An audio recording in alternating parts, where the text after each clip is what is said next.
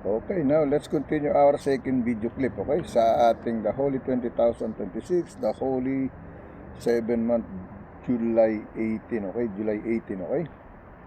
So, tayo ngayon sa Psalm 119, verse 26 to, verse 36 to 40, no? Psalm chapter 119, verse 36 to 40, okay? Ang mata ko po'y blurred, no? Pero alam ko si Lord nandyan, hindi ako pinababaya, no? Nakakabasa pa rin tayo. Isipin nyo, no? Yan ang sinasabi ko sa inyo, no? Merong oras na maliwanag, pero mata ko'y nagbablog, okay? Merong oras na madilim, pero mata ko'y parang mata ng igil, okay? May gumugulo sa akin, kaya ganun, okay? Pero okay lang. Si Lord lang ang pinagkakatiwalaan, hindi yung gumugulo sa akin, okay? Sinishare ko lang sa inyo para nalalaman yung aking nararamdaman, okay? I am not sick, no, but he tried me to make me sick. That's why, no, he changed my voice, no, and everything. My vision is trying to distract my work. That's the way it is, okay? That is the evil one. That's the evil spirit, no. But I am with the Holy Spirit of God, okay? Nilalabanan niya yung espiritu ng Diyos sa katawan ko. Yan ang alam ko, okay? Kaya ganitong nararamdaman natin, okay? But here I am, no? I'm not gonna give up to read the gospel word of God, the holy, precious, glorious word of God, Lord Jesus Christ, okay? So here is the the message of Psalm 119, verse 36 to 40, okay? Verse 36 to 40, no? Here is the message, no? Verse 36 to 40, okay? Ang sinasabi rito, no? Incline my heart unto thy testimonies, no, and not to my covetousness, no. Incline my heart unto thy testimonies, no, and not to covetousness, no. Verse 37, no. Turn away mine eyes, no, from beholding, no, vanity, and quicken thou me in thy way, okay? Verse 38, no. Establish thy word unto thy servant, no, who is devoted to thy fear, no, okay? Verse 39, no, turn away my reproach which I fear, no, for thy judgment are good, okay? Verse 40, no, behold, I have longed after thy precept, no, quicken me in thy righteousness, okay? Yan yung ating Psalm 119, verse 36 to 40, okay? Now, let me read in Tagalog version, okay? Tagalog version, okay? Dito tayo sa Tagalog version, no, sa ating mga awit, to kanta pa na 111, versikulo 36 hanggang 4 na po, okay? So, let me read here in Tagalog version, no? Sa Spanish, no, Canción o Salmo, Kapitulo 119, versikulo 36 hanggang 40, okay? Iris in Tagalog version, no? Ikiling mo ang aking puso sa iyong mga patoto, no? Huwag sa kasakiman, no? Huwag sa kasakiman, okay?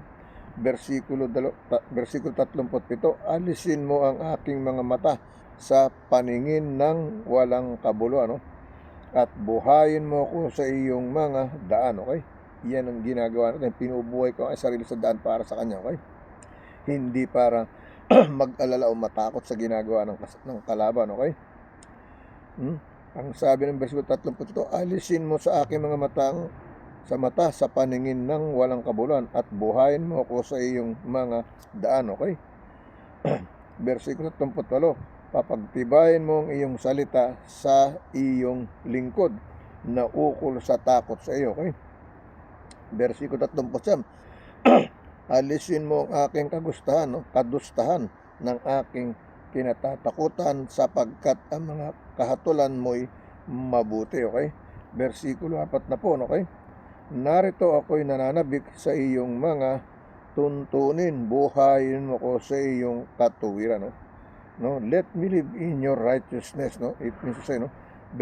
Sabi sa English, no? Behold, I have longed, no, after thy precept, no, quicken me in thy righteousness, no. Proisek, buhay, okay? So, dito tayo sa ating iba pang scripture chapter and verse, no? Dito ngayon tayo sa ating Galatian, no? Galatian chapter 4 verse 9 to 13, no? Galatian chapter 4 verse 9 to 13, okay? So here is the message, no? 9 to 13, okay? Galatians chapter 4 verse 9 to 13. But now after that ye or you have known God, no? Or rather are known of God, how truth ye or you again that weak and beggarly elements, no? Whereunto ye or you desire again to be in bondage, no? Verse 10, no?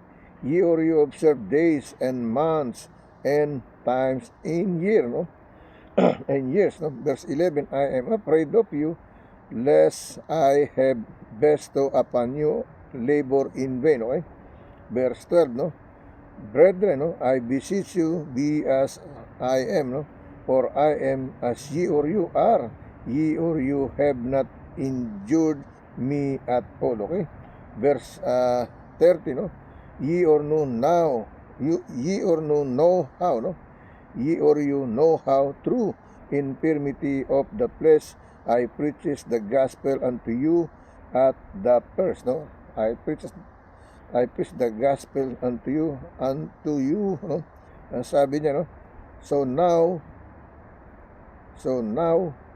how through infirmity of the flesh, no? I preach the gospel unto you at the first, okay? Yan ang sinasabi ng verse 13, okay?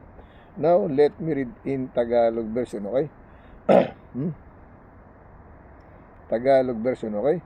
Sa ating Galatia, no? Galatia, pahina 4, versikulo 9 hanggang 13, okay?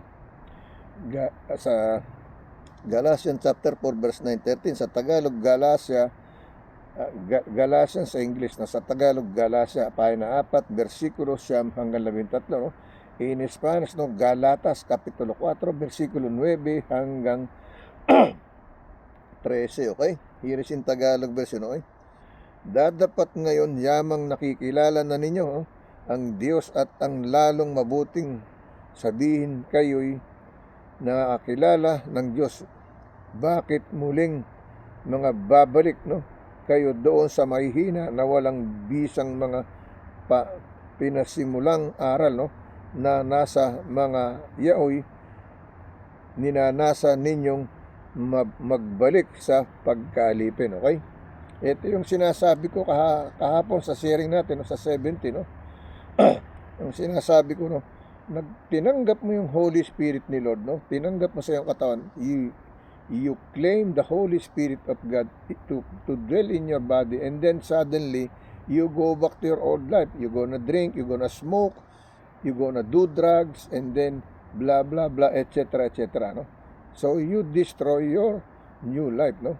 Because you receive the Holy Spirit of God, and then suddenly you're trying to go back, so you lose the Holy Spirit again, okay? You're gonna lose the Holy Spirit again, no? He's gonna be being away from you because you embrace the evil way, the evil work, okay? The evil temptation, okay? That's what happened. We're gonna lose, no? It said, if I build the things that I've been destroyed, no? Sinabi mo sa sa English, di ba? If I will go back and build the one that I've been destroyed, no? It means to say he will be disobey, no? Yan ang ibig sabihin. Tinakwil na siya, no? Okay? Itinatakwil niya uli ang salita ng Diyos, okay? Hindi siya sumusunod, hindi siya umaayon, okay? Ang sabi rito, no? Dadapat ngayon yamang nakikilala na ninyo ang Diyos, o lalong mabuting sabihin kayo'y nakakakilala ng Diyos. Bakit muling magbabalik kayo doon sa mahihina at walang bisang mga pangsimulang aral na sa ngayon ninanasa ninyong magbalik sa pagkaalipin, okay? Here is what he said in English, no?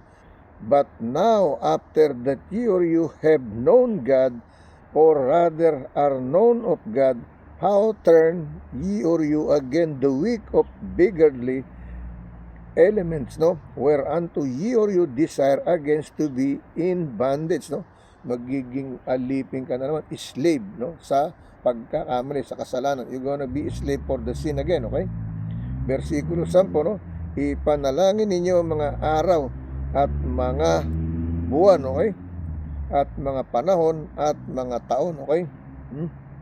It says, no, ye or you observe days, no, and months and times and years, no, ipanalangin, pray for them, okay, sabi, no.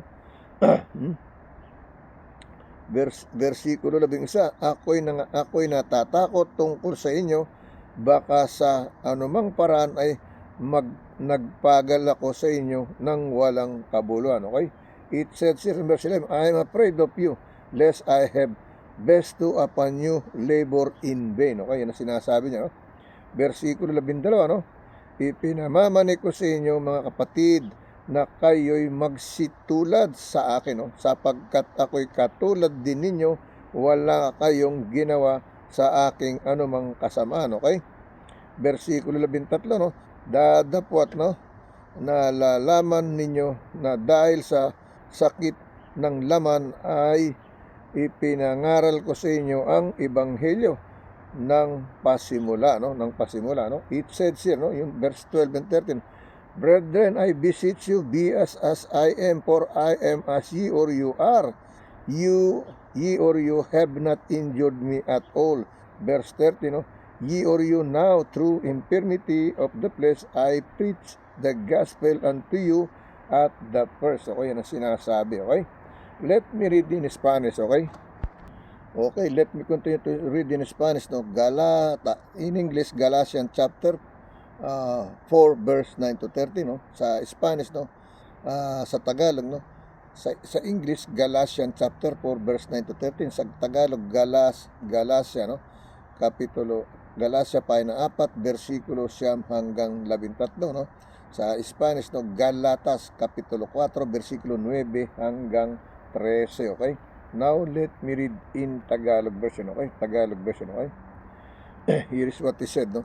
Mas ahora conociendo a Dios, o más bien, ¿no?, siendo conocidos por Dios, como si que os volvéis de nuevo a los débiles y pobres rudimentos, y los cuales os queréis volver a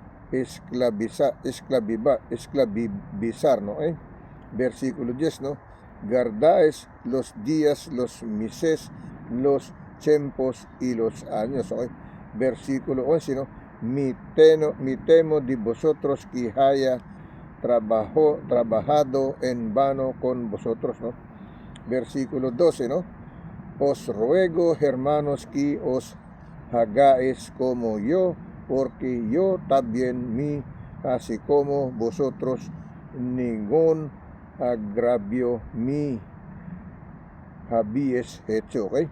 Versículo 13, ¿no? Pues vosotros sabíais que a causa de una enfermedad del cuerpo os anuncié el evangelio al principio, okay? Yan ang sinasabi, no? Okay, now let's go to the last one, that 12, no? Meron pa tayong isa pa, no? Meron pa tayong isa pa sa ating Hebreo chapter 12 verse 7 to 11, no? Hebrews, no? Sa English, Hebrews chapter 12 verse 7 to 11, okay? Hear it what he said, no? If ye or you endure testing, God dealeth, no, with you as with son, for what son is he, no, whom the father chasteneth not, okay? Verse 8, no, but if ye or you be without testament, no, whereof all are partakers, no, then are ye or you bastard and not son. Verse 9, no, furthermore we have had father of our flesh, which corrected, no, and corrected us, no, and we gave them reverence, no, shall we not much rather be in subjection unto the Father of Spirit and live, no? Verse 10, okay? Verse 10, okay? Verse 10, no? For they verily for a few days chasten us after their own pleas, no? But he for our profit, no? That we might be partakers of his holiness, no? We are all the partakers of his holiness. Verse 11, last verse, no? Verse 11, now no chastening for the present seemeth, no? Seemeth to be joyous, but grievous nevertheless. Afterward it yieldeth our peaceable fruit of righteousness unto them which are exercised thereby, no? Which some exercise thereby. Okay? Now let me read in Tagalog version, okay? Sa ating Hebreo, no? Hebreo pa na 12, versikulo 7 hanggang 11, okay? Ito sa Tagalog, no? Dahil sa ito'y parusa, kayo'y nagtitis, inaari kayo ng Diyos na tulad ng mga anak, sapagkat alin ng anak ang hindi pinarurusaan sa kaniyang ama, ng kanyang ama. Versikulo 8, dadapat kung kayo hindi pinarurusaan na pawang naranasan ng lahat, kung gayo'y mga anak na ligaw kayo at hindi tunay na anak, okay? Versikulo 9, bukod dito, tayo'y nagkaroon ng mga ama ng ating laman upang tayo parusahan at sila'y ating iginagalang, hindi baga lalong tayo'y pasasakop sa ama at mga espiritu at tayo'y mabubuhay, okay? Versikulo 10, no? Sapagkat katotohanan tayo'y pinarusahan nilang ilang araw ayon sa kanilang minagaling, ngunit siya'y sa kapakipakinabang natin, no? Sa kapakinabangan natin, no? Upang tayo'y makabahagi sa kaniyang kabanalan, no? Become a partakers of holiness, okay? Last verse, versikulo 11, no? Lahat ng parusa sa ngayon ay tila man din hindi ikaliligaya, kundi ikalulungkot, gayon may pagkatapos ay namumunga ng bungang mapayapa at katuwiran sa mga nagsisipagsanay sa pamamagitan nito, no? Okay? Pagsasanay sa pamamagitan nito, no? Parang napapatungkol sa akin, no? May namamata kasi dito ay nakating ulo ko, no? Bagong gupit na naman ako. Alright? So, tayo po dito sa Spanish. Basahin, let me read in Spanish, okay? Okay, let me continue to read in Spanish, no? Here in our, what do you call this, no? In our Hebreos Kapitulo 12, versikulo 7 hanggang 11, okay? In Spanish, okay? Hebreo Kapitulo 12, versikulo 7 hanggang 11. Si soportáis la disciplina, Dios o trata como hijos, porque qué hijo es aquel quien el padre no disiplina, okay? Walang disiplina. Versikulo 8, pero si os dea sin disciplina, de la cual todos han sido participantes, entonces Sion has bastardos inojios. Versículo 9, ¿no? Por otra parte, tuvimos en nuestros padres, ¿no? Terrenales que nos disciplinaban y los veneramos, ¿no? Porque no obedeceremos, ¿no? Mucho mejor al Padre de los Espíritus y beberemos, ¿ok? Y beberemos, ¿ok? So, let me read in versikulo 10, no? Y Aquileos, no? Y Aqueleos, ciertamente por pocos días no nos disciplinaban como ellos les parecía, pero para lo que nos es provechoso, para que participemos de su santidad, ¿no? Versículo 11, ¿no? Es verdad que ninguna disciplina al presente parece ser causa de gozo, sino de tristeza, pero después da fruto apacible di justicia y los que en él han sido, no? Ehersitados, okay? Ehersitados, okay? Yan ang sinasabi ng ating Hebreos Kapitulo 12, versikulo 7 hanggang 11, okay? Now, closing prayer na tayo, okay? Okay? Lord God, once again, thank you so much for guiding me today, no? Sa ating the Holy 2026, July 18, Lord God. Lord, thank you for guiding me. You make me stand still, steadfast, be brave, not to be ashamed what I feel, what is my body's if it's in the way of the healing right now or whatever, Lord God, I will surrender to you everything, Lord God, because I trusted in you. I serve you. I know you trying to help me and serve me also, Lord. In the same moment, in the same second, minutes of my life, Lord. Thank you for guiding me as your servant, as your messenger, Lord God. In your holy, mighty name of the Most, Father of the Most High, and you as a Son, Lord God, Son Jesus, and the Holy Spirit, in truly one Spirit, Lord God. Lord, please guide me, teach me everything you want me to be. Do whatever you want me to be, Lord God. Use your word with my voice.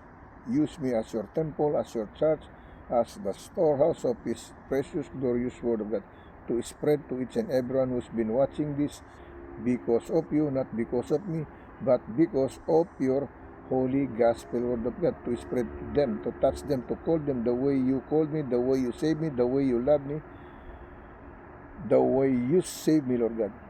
Let them do it. Let's do it for them too also, God. In your holy, mighty name, Jesus, amen. Lord, please always guide us, protect us, make us safe, healthy, strong with our loved ones, family, heart, relatives, and friends.